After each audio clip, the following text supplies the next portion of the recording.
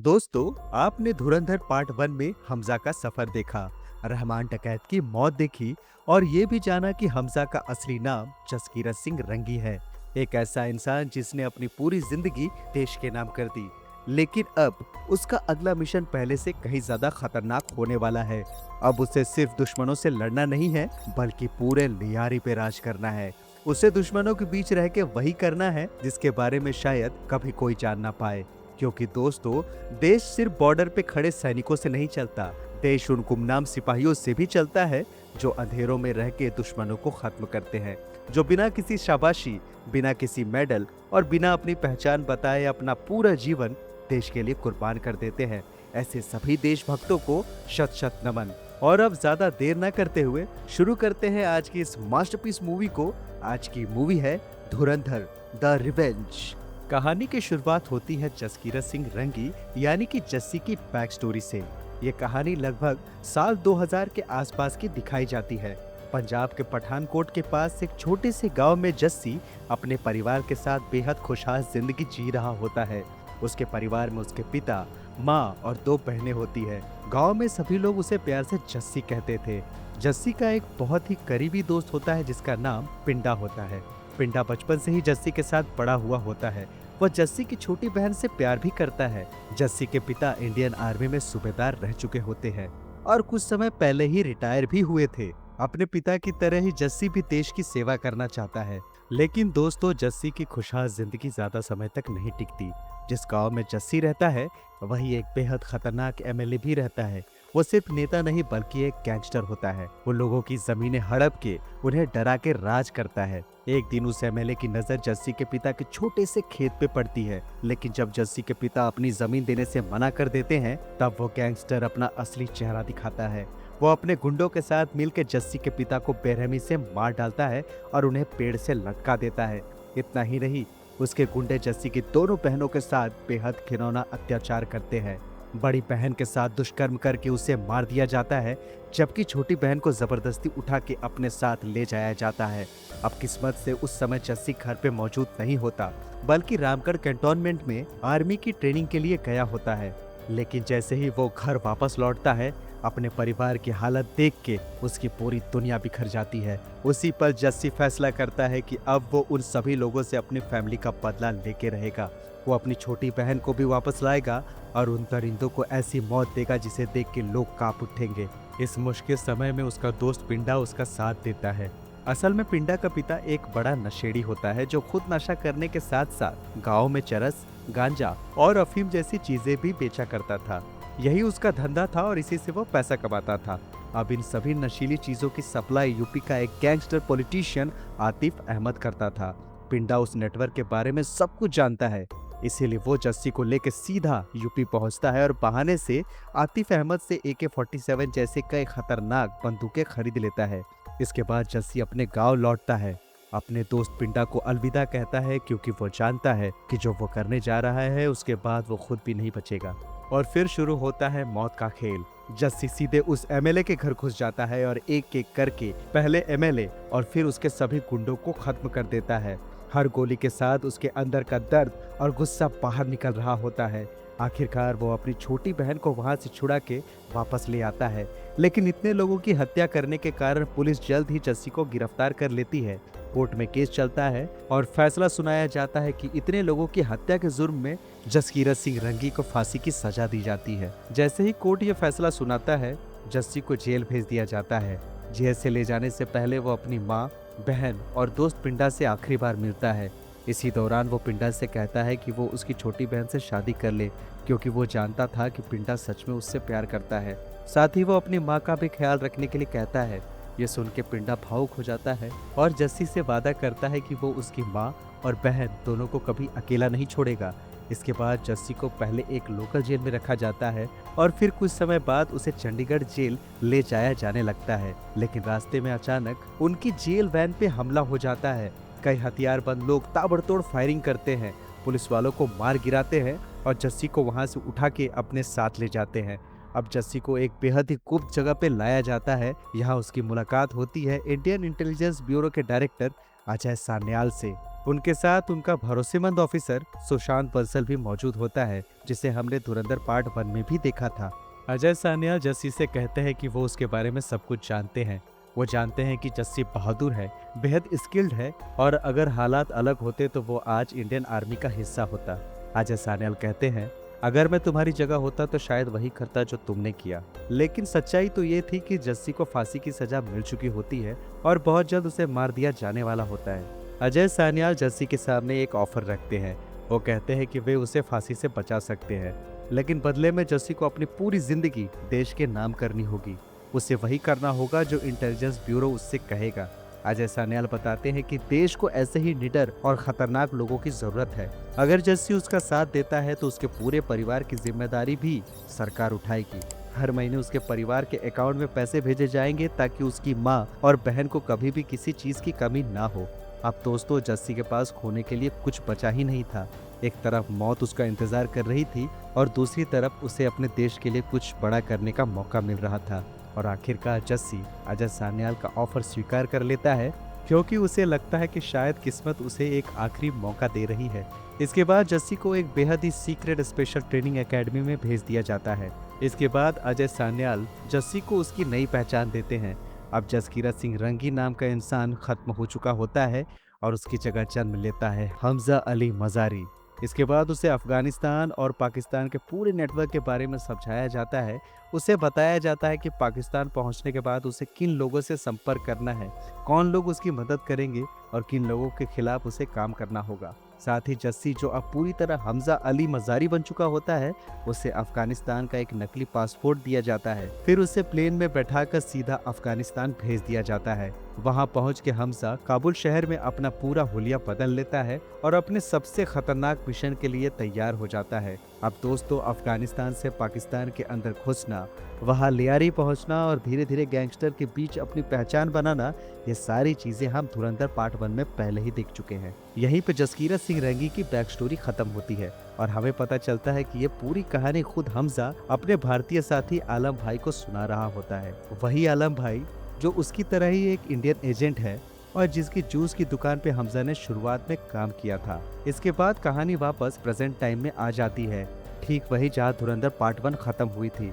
धुरंधर 1 के अंत में लियारी के खतरनाक गैंगस्टर रहमान डकैत की मौत हो गई थी और अब प्रेजेंट टाइम में रहमान डकैत के मरने की खबर पूरे इलाके में फैल चुकी होती है। यहाँ तक कि इंडिया में बैठे अजय सान्याल भी ये जान चुके होते हैं कि हमजा ने सफलतापूर्वक रहमान डकैत को खत्म कर दिया, यानी भारत का एक बहुत बड़ा दुश्मन मारा जा चुका था। लेकिन दूसरी तरफ लियारी शहर के अंदर मातम पसरा हुआ था। हम देखते हैं कि रहमान डकैत की बॉडी को दफनाया जा रहा होता है। वहाँ उसे श्रद्धांजलि देने के लिए उजैर बलोच, हमजा, रहमान की पत्नी, उसके बच्चे और आसपास के कई लोग मौजूद होते हैं। सभी लोग रहमान की मौत से बेहद दुखी दिखाई देते हैं। लेकिन इसी बीच लियारी शहर का दूसरा गैंगस्टर अरशद पप्पू इस मौके का फायदा उठा लेता है। रहमान डकैत की मौत के बाद वो पूरे लियारी पे अपना कब्जा जमा लेता है और खुद को वहाँ का सबसे बड़ा गैंगस्टर बना देता है। आगे हम आईएसआई के अधिकारी मेजर इकबाल को देखते हैं। वहाँ उसके साथ एसपी चौधरी होता है। बातचीत से पता चलता है कि दोनों एक दूसरे को काफी लंबे समय से जानते हैं। लेकिन मेजर इकबाल सीधे एसपी चौधरी से पूछता है कि आखिर उसने रहमान डकैत को क्यों मरवाया। असल में रहमान डकैत आईएसआई के लिए हथियारों की सप्लाई करता था, इसीलिए उसकी मौत मेजर इकबाल के लिए एक बड़ा नुकसान था। जब मेजर इकबाल वजह पूछता है तब एसपी चौधरी उसे बताता है कि उसने ये सब बड़े साहब का बदला लेने के लिए किया। दोस्तों, बड़े साहब का नाम आपने धुरंधर पार्ट 1 में भी कई बार सुना होगा, खासकर मेजर इकबाल के मुंह से। लेकिन उस समय ये नहीं बताया गया था कि आखिर बड़े साहब कौन है, और यही इस कहानी का सबसे बड़ा रहस्य भी होने वाला है। जब एसपी चौधरी ये बताता है कि उसने बड़े साहब का बदला लेने के लिए रहमान डकैत को मरवाया, तब मेजर इकबाल उससे पूछता है कि आखिर रहमान ने बड़े साहब का ऐसा क्या बिगाड़ा था। इस पे एसपी चौधरी बताता है कि बड़े साहब का एक भाई था जिसका नाम था नूरा। नूरा का रहमान डकैत के साले के साथ जमीन और प्रॉपर्टी को लेकर झगड़ा चल रहा था।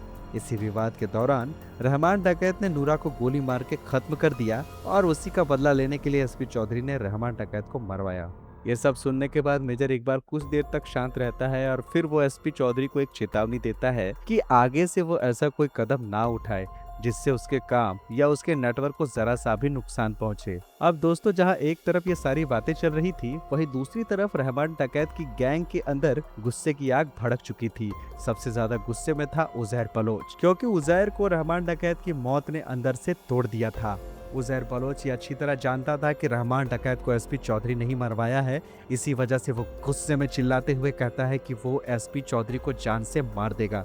लेकिन यहीं पे हमजा अपना एक और खतरनाक खेल खेलता है। हमजा उजैर बलोच को समझाते हुए कहता है कि असल में एसपी चौधरी कभी भी सीधे रहमान भाई तक नहीं पहुंच सकता था, लेकिन फिर भी वो रहमान तक पहुंचा और उसने उसे मरवा दिया। इसका मतलब साफ है कि किसी ने रहमान डकैत की सारी जानकारी एसपी चौधरी को दी है, और ये मुखबिरी करने वाला कोई और नहीं बल्कि अरशद पप्पू है, यानी लियारी का वो तीसरा गैंगस्टर जो इस समय रहमान डकैत की मौत के बाद पूरे इलाके का डॉन बना घूम रहा है।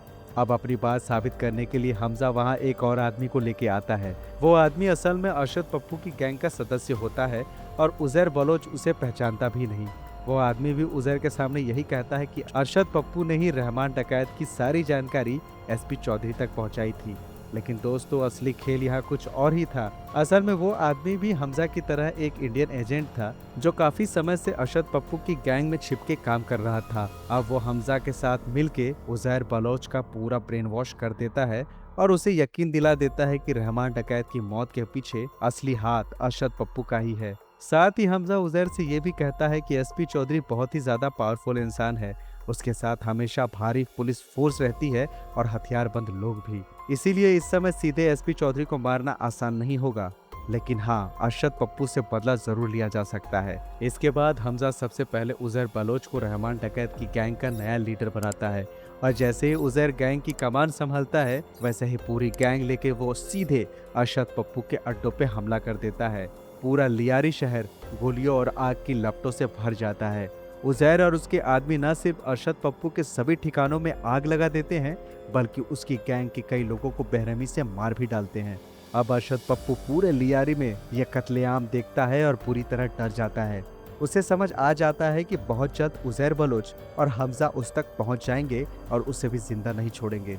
अपनी जान बचाने के लिए अरशद पप्पू तुरंत जमील जमाली को फोन करता है। वो उससे मदद मांगते हुए कहता है कि किसी भी तरह उसे उजैर बलोच से बचा लिया जाए। ये सुन के जमील जमाली उसे भरोसा दिलाता है कि वो उसे न सिर्फ लियारी बल्कि पूरे कराची से बाहर सुरक्षित निकाल सकता है। ये सुन के अरशद पप्पू उसकी बात मान जाता है और कुछ समय के लिए जमील जमाली की फैक्ट्री में छिपने चला जाता है। लेकिन दोस्तों, असलियत में कुछ और ही था।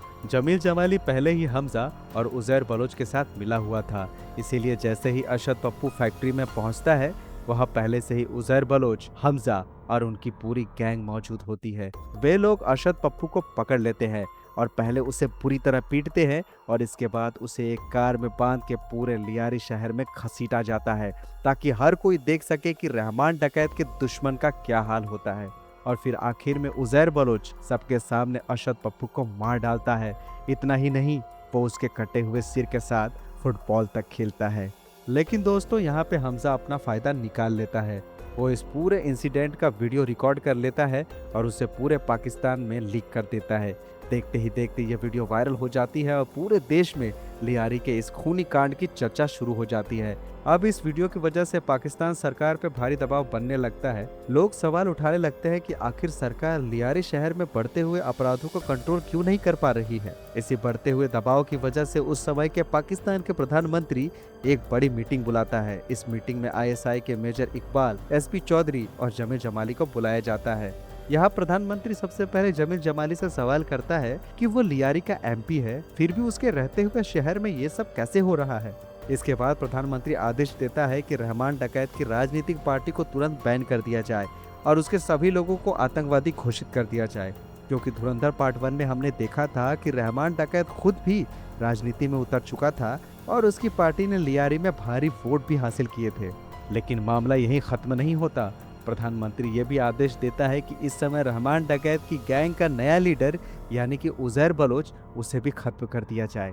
ये सुनते ही जमील जमाली प्रधानमंत्री को रोकता है।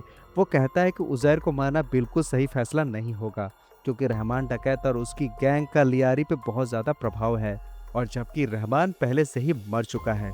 अगर उजैर को मार दिया गया तो पूरे शहर में दंगे भड़क सकते हैं।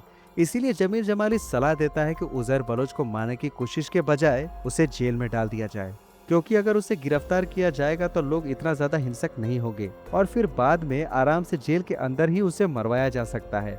जमील जमाली की ये बात मान ली जाती है। इसके बाद उजैर बलोच पे एटीए यानी कि एंटी टेररिज्म एक्ट लगाया जाता है। आसान भाषा में कहें तो सरकार उसे एक आतंकवादी घोषित कर देती है ताकि उसे आसानी से गिरफ्तार करके जेल में डाला जा सके। लेकिन इसके साथ ही प्रधानमंत्री मेजर इकबाल और एसपी चौधरी से ये भी पूछता है कि आखिर इस समय उसकी सरकार को बचाने के लिए क्या किया जाना चाहिए, क्योंकि उजैर बलोच के इस खूनी कांड के बाद जनता सरकार से बेहद नाराज है और लगातार सवाल उठा रही है। अब दोस्तों, अपनी सरकार के ऊपर बढ़ते दबाव से बचने के लिए मेजर इकबाल और एसपी चौधरी पाकिस्तान के प्रधानमंत्री को एक बेहद खतरनाक प्लान बताते हैं। वे कहते हैं कि लोगों का ध्यान उजैर बलोच और लियारी के इस खूनी मामले से हटाने के लिए उन्हें कोई ऐसा बड़ा मामला खड़ा करना होगा जिसे देख के पूरी मीडिया उसी में उलझ जाए। इस प्लान के तहत एसपी चौधरी एक मेडिकल कॉलेज से 4 छात्रों को उठवा लेता है।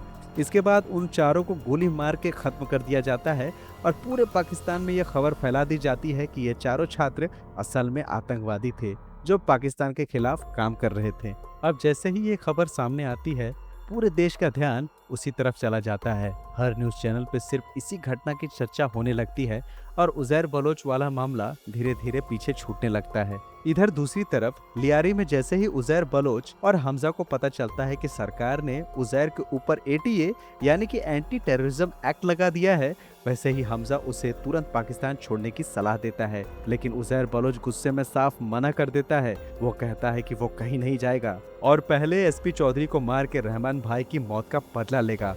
तब हमजा उसे समझाता है कि अगर वो जिंदा रहेगा तो भविष्य में कभी भी बदला ले सकता है, लेकिन अगर सरकार ने उसे एटीए एक्ट के तहत पकड़ लिया तो उसकी पूरी जिंदगी खत्म हो जाएगी और वो फिर कुछ भी नहीं कर पाएगा।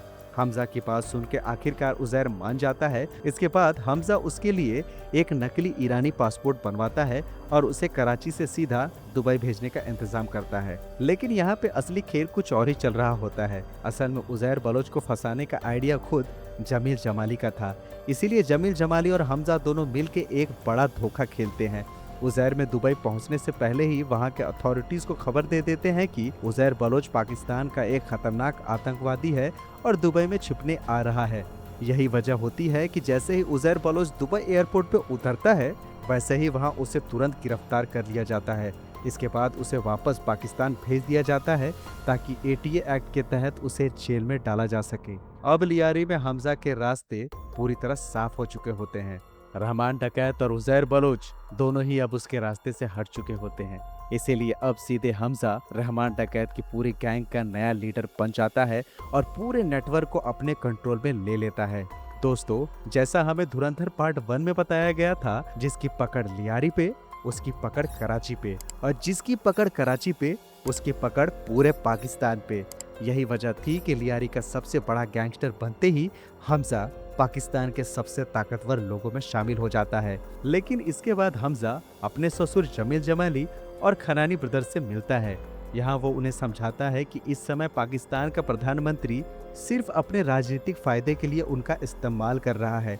चुनाव जीतने के बाद वही आदमी सबसे पहले उनके खिलाफ हो जाएगा। हमजा आगे बताता है कि पाकिस्तान की जनता भी पाकिस्तान के पीएम से खुश नहीं है, इसीलिए इस बार के चुनावों में उसकी हार लगभग तय है और विपक्ष की पार्टी जीतने वाली है। इसी वजह से वो जमील जमाली और खनानी ब्रदर्स को सलाह देता है कि अब उन्हें अपोजिशन पार्टी का साथ देना चाहिए। हमजा की बात दोनों मान लेते हैं। इसके बाद तीनों मिलकर विपक्षी पार्टी के नेता नवाब शफीक से हाथ मिला लेते हैं और एक नया राजनीतिक गठबंधन तैयार हो जाता है। इसके बाद चुनाव होते हैं और वही होता है जिसकी हमजा ने भविष्यवाणी की थी। इस बार पुरानी पार्टी चुनाव हार जाती है और नवाब शफीक की पार्टी सत्ता में आ जाती है। इस सारी घटनाओं के बाद कहानी हमें आईएसआई के अधिकारी मेजर इकबाल की निजी जिंदगी की तरफ लेके जाती है। पहली बार हमें उसकी फैमिली और उसकी असली जिंदगी दिखाई जाती है। हम देखते हैं कि मेजर इकबाल अपने घर में अपनी पत्नी, अपनी मानसिक रूप से बीमार बेटी और अपने बूढ़े पिता के साथ रहता है। उसका पिता चल भी नहीं सकता और व्हील चेयर पे रहता है। हमें यहाँ ये भी पता चलता है कि मेजर इकबाल का पिता कभी पाकिस्तान आर्मी में था और उसने 1971 की जंग भी लड़ी थी। लेकिन सबसे दुख की बात यह थी कि मेजर इकबाल का पिता उससे नफरत करता था उसका पिता हमेशा उसे ताने मारता रहता था कि मेजर इकबाल का कोई बेटा नहीं है, उसकी सिर्फ एक बेटी है जो मानसिक रूप से बीमार है। यही वजह है कि उसका पिता उसे कमजोर और नालायक समझता है। वो सिर्फ मेजर इकबाल को ही नहीं बल्कि उसकी पत्नी और बेटी को हमेशा अपमानित करता रहता है। यहाँ तक कि जब मेजर इकबाल की माँ जिंदा थी तब भी उसका पिता उन्हें बुरी तरह बेइज्जत करता था। उसका पिता खुद को बहुत बड़ा योद्धा समझता होता है। वो हमेशा यही जताता रहता है कि मानो 1971 की जंग पाकिस्तान ने सिर्फ उसकी वजह से ही लड़ी हो। लेकिन दूसरी तरफ मेजर इकबाल का स्वभाव बिल्कुल अलग होता है। वो बेहद शांत दिमाग का इंसान होता है, इसीलिए वो अपने पिता के कड़वी बातों को हमेशा चुपचाप सहन कर लेता है। दूसरी तरफ लियारी में अब हमजा की ताकत पहले से कहीं ज्यादा बढ़ चुकी होती है। वो न सिर्फ पूरे लियारी का सबसे बड़ा गैंगस्टर बन चुका होता है बल्कि उसकी पसंद की राजनीतिक पार्टी भी पाकिस्तान की सत्ता में आ चुकी होती है। यानी अब उसका प्रभाव पाकिस्तान के अपराध की दुनिया तक सीमित नहीं रहा बल्कि पाकिस्तान की राजनीति तक फैल चुका होता है। इसके बाद हमजा अपनी गैंग के साथ सीधे बलूचिस्तान पहुंचता है। वहां उसकी मुलाकात होती है शिरानी साहब से, जो बलूचिस्तान के बलोच राइवल्स का सबसे बड़ा नेता होता है। यहीं पे शिरानी हमजा को एक नया खिताब देते हैं, शेरे बलोच। इसके बाद दोस्तों यहाँ पे बिल्कुल वो सीन दोबारा देखने को मिलता है जो हमें धुरंधर पार्ट 1 में रहमान डकैत के साथ देखने को मिला था। यहाँ तक कि हमजा के लिए भी रहमान डकैत जैसा ही आइकॉनिक सॉन्ग बजता है। इस पूरे सीन से हमें साफ पता चलता है कि अब हमजा को पूरे बलूचिस्तान और वहाँ के बलोच रेबल्स का पूरा समर्थन हासिल हो चुका है। इसी के साथ मूवी में हमें ये भी दिखाया जाता है कि पाकिस्तान की सरकार और आईएसआई बलूचिस्तान के लोगों के साथ कितना गलत व्यवहार करती है। यहाँ तक कि जिन 4 मेडिकल स्टूडेंट्स को एसपी चौधरी ने आतंकवादी बता के मार दिया था, उनमें से कुछ लड़के बलूचिस्तान के ही थे और उनमें से एक लड़का तो बलोच रेबल्स के नेता शिरानी का ही पोता था। यही वजह थी कि बलोच रेबल्स और शिरानी के दिल में पाकिस्तान सरकार और आईएसआई के लिए बेहद नफरत भरी हुई थी। लेकिन यहाँ हमजा उनका पूरा साथ देता है। वो शिरानी से कहता है कि जिस तरह आज बलोच लोग उसके साथ खड़े हैं, ठीक उसी तरह वो भी हर हाल में उनके साथ खड़ा रहेगा। इन सब के साथ साथ मूवी में हमें हमजा की पर्सनल लाइफ भी देखने को मिलती है, जहाँ वो अपनी पत्नी येलिना के साथ बेहद खुश दिखाई देता है। कुछ समय बाद उन दोनों का बेटा भी होता है। इसके अलावा हमजा एक नया घर भी खरीदता है, जहाँ उसकी पूरी फैमिली काफी खुशी से रहने लगती है। लेकिन इसके बाद कहानी एक बार फिर खतरनाक मोड़ लेती है। मेजर इकबाल हमजा को मिलने के लिए बुलाता है और इसके बाद वो हमजा और खनानी ब्रदर्स को अपने साथ लेके बड़े साहब से मिलने जाने की बात करता है। बड़े साहब का नाम सुनते ही हमजा मेजर इकबाल से पूछता है कि आखिर बड़े साहब कौन है। इस पे मेजर इकबाल सिर्फ इतना कहता है कि आज वो खुद उससे मिलने जाएगा। इसके बाद वे लोग एक बेहद आलीशान बंगले में पहुंचते हैं और वहीं उनकी मुलाकात होती है बड़े साहब से। दोस्तों यहाँ फिल्म का सबसे बड़ा खुलासा होता है। हमें पता चलता है कि ये बड़े साहब कोई और नहीं बल्कि पाकिस्तान में छिपा बैठा दुनिया का सबसे खतरनाक आतंकवादी दाऊद इब्राहिम है। हालांकि अब दाऊद काफी बूढ़ा हो चुका होता है, उसकी मेडिकल कंडीशंस भी बहुत खराब होती हैं, लेकिन अपने बिस्तर पे पड़े पड़े भी वो पूरे पाकिस्तान के अंडरवर्ल्ड और कई बड़े नेटवर्क्स को कंट्रोल कर रहा होता है। यहाँ तक कि भारत में होने वाले कई बड़े आतंकवादी हमलों के पीछे भी उसी का हाथ होता है। मेजर इकबाल और खनानी ब्रदर्स भी असल में उसी के लिए ही काम कर रहे होते हैं। इसके बाद दाऊद इन सभी से बातचीत करता है। बातचीत के दौरान हमें पता चलता है कि आने वाले समय में यूपी के चुनाव को प्रभावित करने के लिए दाऊद इब्राहिम एक बहुत बड़ा प्लान बना चुका है। वो खनानी ब्रदर्स के जरिए भारत में भारी मात्रा में नकली नोट भेजने वाला है। उसका पूरा प्लान होता है कि 2 बड़े कंसाइनमेंट के जरिए फेक करेंसी भारत पहुंचाई जाए। पहले कंसाइनमेंट में लगभग 11,000 करोड़ और दूसरे में करीब 60,000 करोड़ भेजे जाने वाले होते हैं। इससे न सिर्फ भारत की अर्थव्यवस्था को बहुत बड़ा नुकसान पहुंचता बल्कि चुनावों को भी प्रभावित किया जा सकता था ताकि उनकी पसंद की राजनीतिक पार्टी जीत सके। लेकिन दोस्तों दाऊद का प्लान सिर्फ नकली नोटों तक सीमित नहीं होता। वो बड़े पैमाने पे भारत में चरस, गांजा और दूसरे नशे भी सप्लाई करना चाहता है, क्योंकि उससे एक तरफ उन्हें अरबों रुपए मिलते और दूसरी तरफ भारत की युवा पीढ़ी भी बर्बाद होती। अब दाऊद ये पूरा काम हमजा को सौंपता है। वो कहता है कि ड्रग्स और बाकी कंसाइनमेंट की पूरी डील अब हमजा खुद संभालेगा और इन्हें भारत तक पहुंचाने की जिम्मेदारी भी उसी की होगी। ये सब सुन के हमजा अंदर से पूरी तरह हिल जाता है, क्योंकि अब उसे साफ समझ आ चुका होता है कि ये लोग उसके देश के खिलाफ कितनी बड़ी साजिशें रच रहे हैं। हमजा दाऊद से साफ कहता है कि वो ड्रग्स की डीलिंग नहीं करता और न ही वो ऐसी चीजें भारत पहुंचाना चाहता है। लेकिन दाऊद उस पर दबाव बनाना शुरू कर देता है और आखिरकार मजबूरी में हमजा को हाँ कहना पड़ता है, क्योंकि अगर वो इस समय मना कर देता तो शक पैदा हो सकता था और शायद उसे पूरे नेटवर्क से बाहर भी कर दिया जाता, जिसके बाद उसका असली मिशन अधूरा रह जाता। इसके बाद पाकिस्तान से भारत में ड्रग्स और बाकी अवैध सामान पहुंचाने के लिए कुछ बड़े डीलर्स बुलाए जाते हैं।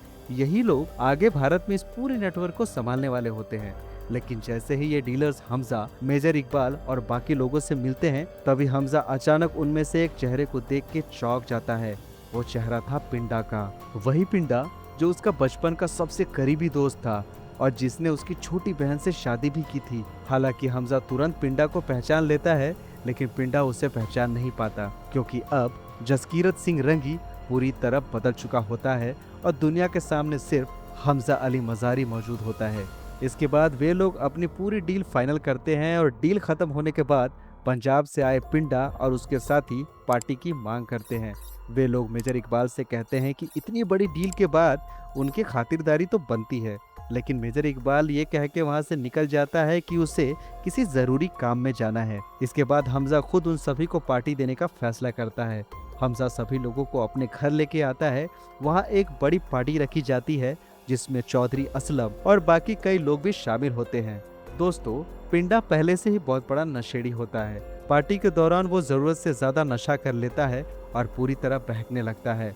कुछ देर बाद पिंडा हमजा से कहता है कि उसे वॉशरूम जाना है, लेकिन क्योंकि वो ठीक से चल भी नहीं पा रहा होता है, इसीलिए वो हमजा से कहता है कि वो खुद उसे वॉशरूम तक लेकर चले। और इसके बाद हमजा पिंडा को सहारा देते हुए वॉशरूम तक लेके चला जाता है। लेकिन जैसे ही दोनों अंदर पहुंचते हैं, तभी पिंडा अचानक हमजा की तरफ देख के कहता है कि वो जानता है कि वो हमजा अली मज़ारी नहीं बल्कि उसके बचपन का दोस्त जस्सी है। ये बात सुनते ही हमजा पूरी तरह शॉक हो जाता है, क्योंकि उसे बिल्कुल भी उम्मीद नहीं थी कि इतने सालों बाद भी पिंडा उसे पहचान लेगा। इसके बाद हमजा उसे समझाने की कोशिश करने लगता है, लेकिन पिंडा उसकी एक भी बात सुनने को तैयार नहीं होता। नशे में चूर पिंडा गुस्से में चिल्लाने लगता है कि वो अभी बाहर जाके सबको बता देगा कि हमजा असल में इंडिया का एक एजेंट है। ये सुन के हमजा उसे रोकने की कोशिश करता है, लेकिन पिंडा बहुत ज्यादा नशे में होता है। उसे हमजा किसी इंसान की बजाय किसी शैतान की तरह दिखाई देने लगता है। इसी वजह से वो घबराकर इधर उधर हाथ पैर मारने लगता है और इसी अफरा तफरी में गलती से हमजा के हाथों पिंडा की जान चली जाती है। अब अगर बाहर लोगों को पता चल जाता कि हमजा ने पिंडा को मार दिया है तो वहाँ बहुत बड़ा बवाल हो सकता था। लेकिन तभी किस्मत से वहाँ आलम भाई पहुँच जाता है। आलम भाई जैसे ही पूरी बात समझता है, वो तुरंत हमजा को वहाँ से निकलने के लिए कहता है।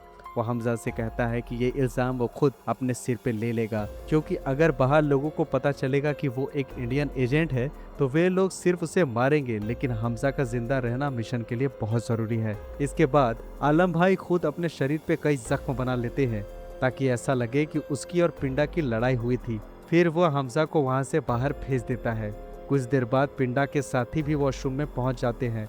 वहाँ वे लोग पिंडा की लाश और घायल आलम भाई को देखते हैं, जिसके बाद वे तुरंत समझ जाते हैं कि आलम भाई ही पिंडा का कातिल है।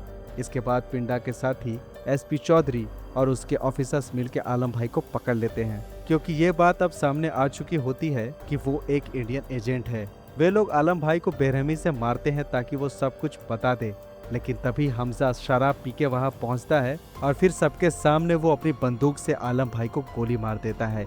ये देख के एसपी चौधरी के ऑफिसर्स हैरान रह जाते हैं। वे हमजा से पूछते हैं कि आखिर उसने एक इंडियन एजेंट को क्यों मार दिया। तब नशे में हमजा जोर से चिल्लाते हुए कहता है कि कोई उसके घर में घुस के उसके मेहमानों को मारे और वो ये सब चुपचाप देखता रहे, ये उससे बर्दाश्त नहीं होगा। लेकिन दोस्तों, असली वजह कुछ और थी। असल में हमजा अच्छी तरह जानता था कि अगर आलम भाई को जिंदा पकड़ लिया गया तो आईएसआई और पुलिस वाले उसे बुरी तरह टॉर्चर करेंगे और उसे बेहद खतरनाक मौत देंगे।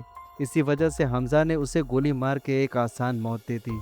लेकिन हमजा के इस व्यवहार से एसपी चौधरी को उस पर शक होने लगता है। बाहर आकर वो अपने ऑफिसर से कहता है कि हमजा ने आलम भाई को मारने के लिए जो वजह दी वो बिल्कुल भी सही नहीं लगती। साथ ही अब ये बात भी सामने आ चुकी होती है कि आलम भाई एक इंडियन एजेंट था और हमजा कभी उसकी दुकान पे काम भी किया करता था।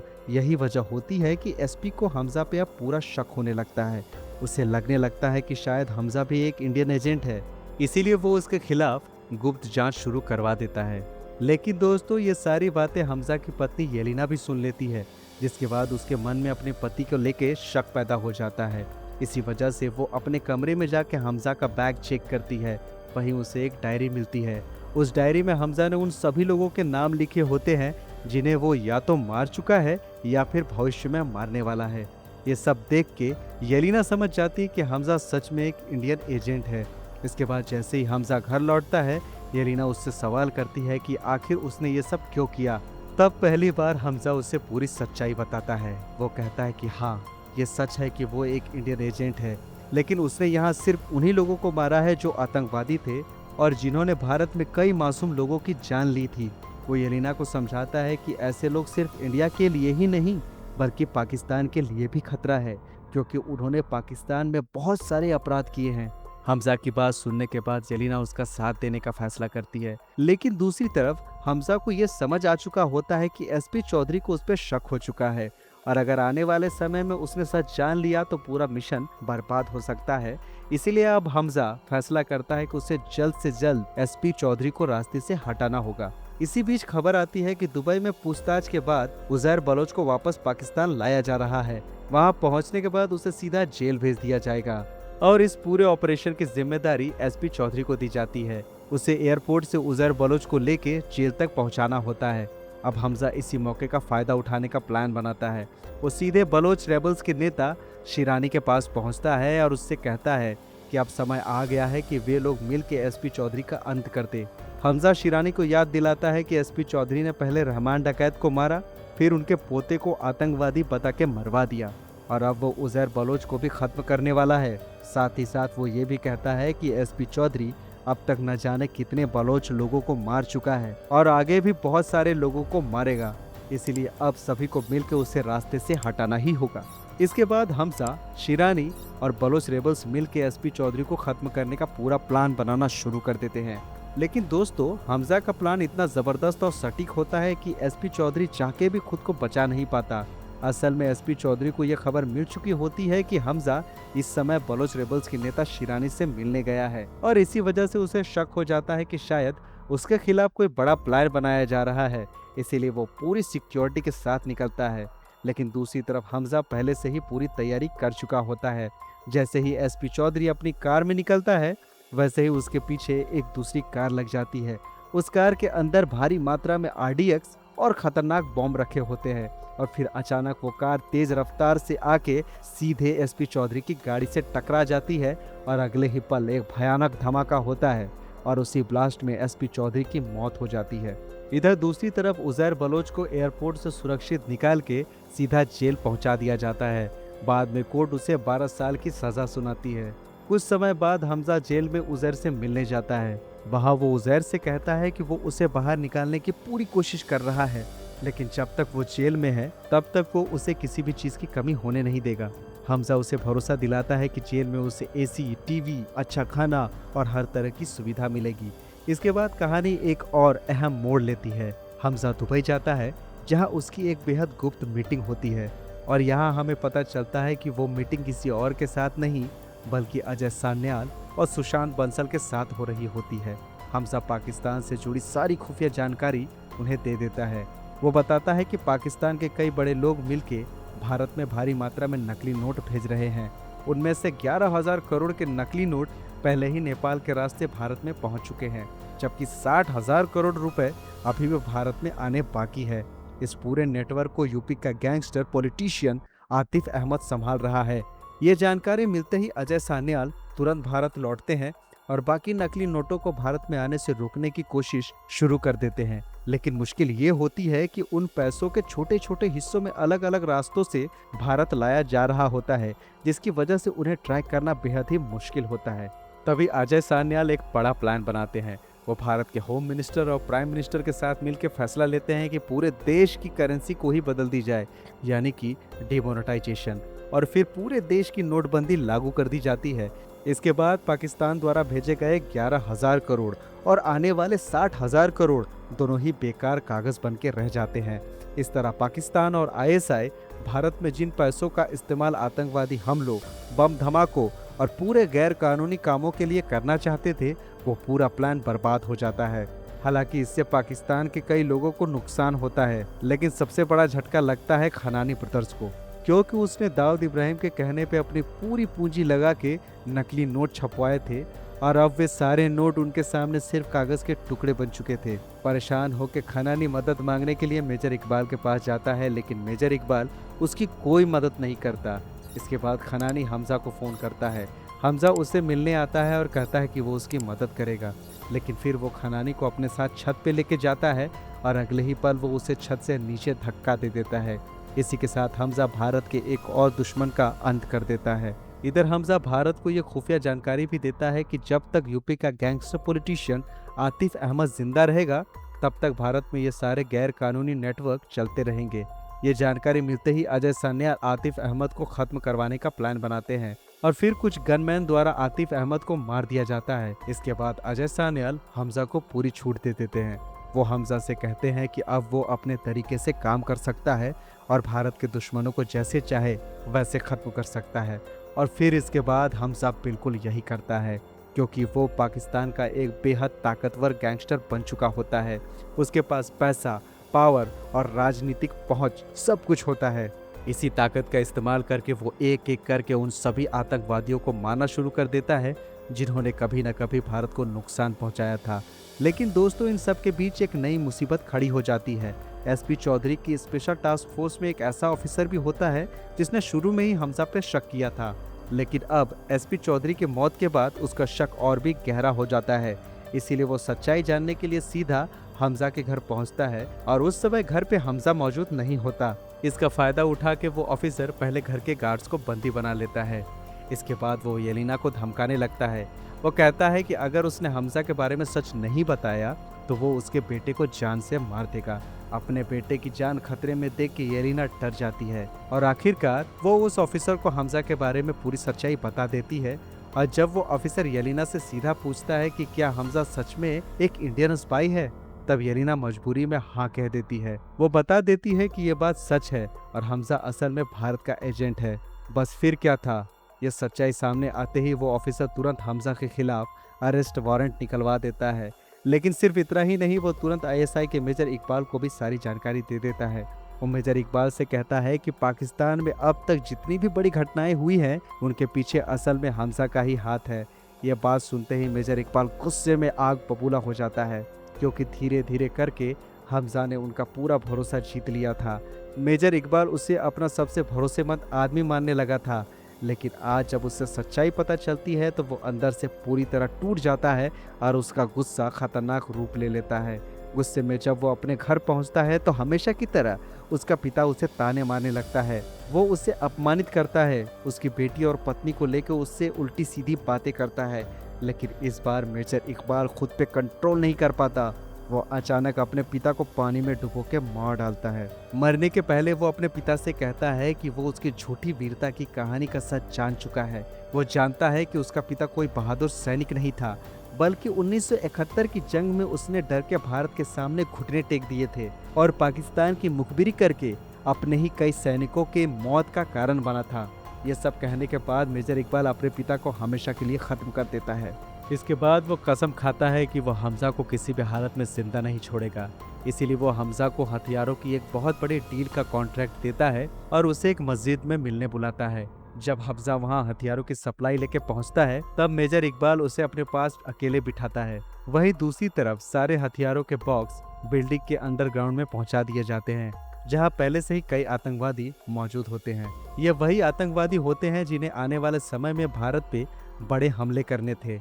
लेकिन तभी अचानक मेजर इकबाल हमजा की पीठ में चाकू घोंप देता है और लगातार कई बार उस पर वार करते हुए कहता है कि अब वो सच्चाई जान चुका है कि हमजा एक इंडियन एजेंट है और अब वो उससे उन सभी चीज़ों का बदला लेगा जो उसने पाकिस्तान के साथ किया है। यही पहली नज़र में ऐसा लगता है कि शायद अब हमजा बच नहीं पाएगा, लेकिन तभी कहानी में एक बड़ा फ्लैशबैक आता है। हमें पता चलता है कि हमजा पहले से ही इस धोखे के लिए तैयार था और असल में यहाँ आने से पहले वो बलोच रेबल्स के नेता शिरानी से मिला था। हमजा शिरानी से कहता है कि अब बहुत हो चुका, अब और बलोच नहीं मरेंगे। वो कहता है कि अब समय आ गया है कि बलोच रेबल्स एक साथ मिलके आईएसआई और उसके आतंकवादियों का हमेशा के लिए सफाया कर दे। इसी प्लान के तहत हमजा ने शिरानी और उसके लड़कों को सैनिकों की वर्दी पहना के मस्जिद के बाहर तैनात किया था, ताकि किसी को उन पर शक ना हो। साथ ही हमजा ने हथियारों के हर बॉक्स के अंदर टाइम बम फिट कर दिए थे और उन बमों का कंट्रोल उसने अपने एक भरोसेमंद साथी को दिया था। इसीलिए जैसे ही सही समय आता है, मस्जिद के बाहर खड़ा उसका साथी बटन दबा देता है और अगले ही पल पूरी बिल्डिंग भयानक धमाकों से हिल उठती है। पूरा अंडरग्राउंड उड़ जाता है और अंदर मौजूद कई आतंकवादी वहीं मारे जाते हैं। हालांकि इस ब्लास्ट से हमजा, मेजर इकबाल और उसके 2 खास आदमी बच जाते हैं। इसके बाद वहां जबरदस्त लड़ाई शुरू होती है। हमजा पहले मेजर इकबाल के दोनों साथियों को मार गिराता है, फिर उसकी आमने सामने की लड़ाई मेजर इकबाल से शुरू होती है। उधर बाहर शिरानी अपने बलोच रेबल्स के साथ आईएसआई ऑफिसर्स और आतंकवादियों पे हमला कर देता है। चारों तरफ गोलियां चलने लगती है और धीरे धीरे बलोच रेबल्स दुश्मनों को खत्म करने लगते हैं। इधर हमजा और मेजर इकबाल की लड़ाई भी बेहद खतरनाक हो जाती है। शुरुआत में मेजर इकबाल हमजा पे भारी पड़ता है, लेकिन बाद में हमजा उसके दोनों पैरों को बुरी तरह घायल कर देता है और इसके बाद लड़ते लड़ते दोनों रेलवे स्टेशन के पास पहुंचते हैं। वहीं पास में केरोसिन ऑयल से भरी एक ट्रेन खड़ी होती है। तभी हमजा मेजर इकबाल को जंजीर से बांध देता है और उसे घसीटते हुए ट्रेन के ऊपर ले जाता है। फिर वो कंटेनर का ढक्कन खोलता है और मेजर इकबाल को सीधे उसके अंदर फेंक देता है। इसके बाद हमजा कंटेनर से दूर हटता है और अपना लाइटर निकालता है और केरोसिन में आग लगा देता है। अगले ही पल पूरा कंटेनर भीषण धमाके के साथ उड़ जाता है और उसी के साथ मेजर इकबाल का अंत हो जाता है। लेकिन दोस्तों, खतरा अभी खत्म नहीं हुआ था, क्योंकि एसपी चौधरी की स्पेशल टास्क फोर्स पहले से ही हमजा के खिलाफ वारंट जारी कर चुकी होती है। अब वे लोग पूरी तरह जान चुके होते हैं कि हमजा एक इंडियन एजेंट है। इसीलिए ब्लास्ट और लड़ाई के कुछ समय बाद वे सीधे हमजा तक पहुंच जाते हैं और आखिरकार उसे गिरफ्तार करके अपने साथ ले जाते हैं। इसके बाद हमजा को पकड़ के वो बेरहमी से टॉर्चर करने लगते हैं। उसे पूरी तरह पीटा जाता है ताकि वो बता दे कि उसने अब तक भारत को कौन कौन से खुफिया जानकारियां दी हैं। लेकिन दोस्तों, हमजा के पकड़े जाने की खबर ज्यादा देर तक छुपी नहीं रहती। जल्द ही ये सूचना भारत में अजय सान्याल तक पहुंच जाती है। जैसे ही अजय सान्याल को पता चलता है कि उनका सबसे कीमती एजेंट हमजा अली मजारी पाकिस्तान में पकड़ा जा चुका है, वैसे ही वो तुरंत आईएसआई चीफ को फोन करते हैं। उस समय आईएसआई का डायरेक्टर खुद हमजा के सामने मौजूद होता है और उसका टॉर्चर देख रहा होता है। हमें पता चलता है कि उस आईएसआई चीफ का नाम शमशाद हुसैन है। फोन उठाते ही शमशाद हसन अजय सान्याल को बताता है कि उनका आदमी पकड़ा जा चुका है, लेकिन इसके जवाब में अजय सान्याल बेहद शांत तरीके से उसे चेतावनी देते हैं कि अगर उन्होंने हमजा को तुरंत नहीं छोड़ा तो वो पाकिस्तान के अंदर एक बहुत बड़ा राज लीक कर देंगे। असल में दोस्तों, कुछ महीने पहले शमशाद हसन ने पाकिस्तान के न्यूक्लियर प्रोग्राम से जुड़ी बेहद गुप्त जानकारी लंदन में इजरायली एजेंट को भेज दी थी। उसने भारी रकम के बदले पाकिस्तान के कई सीक्रेट्स इजराइल को सौंप दिए थे, लेकिन इजराइल ने बाद में यही जानकारी भारत के साथ शेयर कर दी थी। यहाँ तक कि उन्होंने सारे सबूत, फोटो और वीडियो भी भारत को दे दिए थे। अब अजय सान्याल वही सबूत शमशाद हसन को भेजते हैं। जैसे ही शमशाद उन फोटो और वीडियोस को देखता है, उसके पैरों तले जमीन खिसक जाती है, क्योंकि वो अच्छी तरह जानता था कि अगर ये सच पाकिस्तान में बाहर आ गया तो सिर्फ वही नहीं बल्कि उसका पूरा परिवार भी जिंदा नहीं बचेगा। इसी डर की वजह से आखिरकार शमशाद हसन अजय सान्याल की बात मान लेता है और वो हमजा को छोड़ने के लिए तैयार हो जाता है। लेकिन वो एक शर्त रखता है। वो कहता है कि पूरे पाकिस्तान को पता चल चुका है कि उन्होंने एक इंडियन एजेंट को पकड़ा है, इसीलिए किसी न किसी को तो भारत का जासूस साबित करना ही पड़ेगा। यानी हमजा के इल्जाम किसी और के सिर पे डालना जरूरी होता है। तभी हमजा खुद एक नाम सुझाता है, उज़ैर बलोच। वो कहता है कि उज़ैर को इंडियन स्पाई घोषित कर दिया जाए और सारे आरोप उसी पे डाल दिए जाए। इसके बाद आईएसआई हमजा को छोड़ देती है और उसे सुरक्षित भारत की सीमा तक पहुंचा दिया जाता है। दूसरी तरफ उज़ैर बलोच को जेल से निकाल के आधिकारिक तौर पे भारतीय जासूस घोषित कर दिया जाता है और हमजा के सारे अपराध उसी के सिर मढ़ दिए जाते हैं। अब जैसे ही हमजा भारत की सीमा के पास पहुंचता है, वहां उसे लेने के लिए एक गाड़ी आती है, लेकिन गाड़ी में बैठते ही हमजा नोटिस करता है कि उसके बगल में पहले से ही कोई बैठा हुआ है। दोस्तों, वो इंसान कोई और नहीं बल्कि जमील जमाली होता है। यहीं पे फिल्म एक बड़ा खुलासा करती है।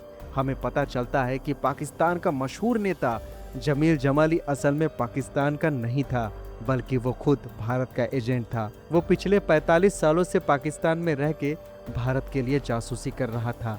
यहाँ तक कि हमजा के पकड़े जाने की खबर भी उसी ने अजय सान्याल तक पहुँचाई थी।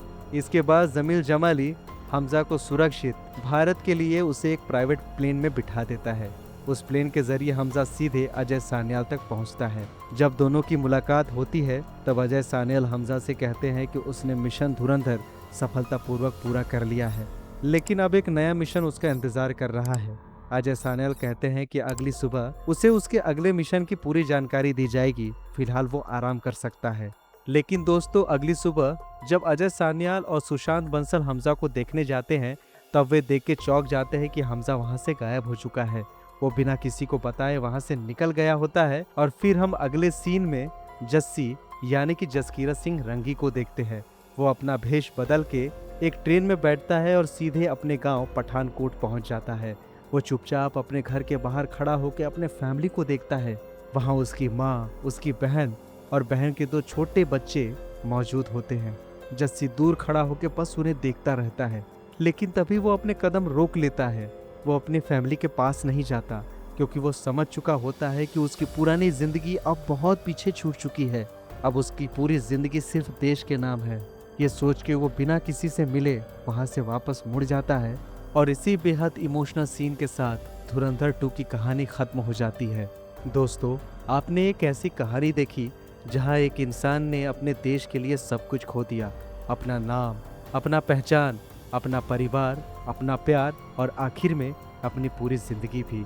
जस्सी चाहता तो एक आम इंसान की तरह अपने परिवार के साथ खुश रह सकता था, लेकिन उसने वो रास्ता चुना जहां हर दिन मौत थी, हर पल धोखा था और हर मिशन के साथ बस एक नई लड़ाई उसका इंतजार कर रही थी। सबसे दुख की बात तो ये है दोस्तों कि ऐसे लोगों की कहानियां कभी अखबारों में नहीं छपती, ना इन्हें कोई मेडल्स मिलता है, ना कोई पहचान। दुनिया बस चैन की नींद सोती रहती है क्योंकि कहीं ना कहीं कोई हमजा, कोई जस्सी अपनी पूरी जिंदगी अंधेरों में रह के देश की रक्षा कर रहा होता है। और शायद यही एक सच्चे देशभक्त की सबसे बड़ी कुर्बानी भी है। तो दोस्तों, अगर आपको ये वीडियो पसंद आई है तो वीडियो को लाइक कीजिए, शेयर कीजिए और चैनल को सब्सक्राइब जरूर कीजिए ताकि ऐसे ही बेहतरीन कहानियां मैं आप सभी तक पहुंचा सकूं। तो दोस्तों, मिलेंगे ऐसे ही किसी और नए फ्रेश वीडियो के साथ। तब तक के लिए thank you very much for watching. Keep watching, watch on point.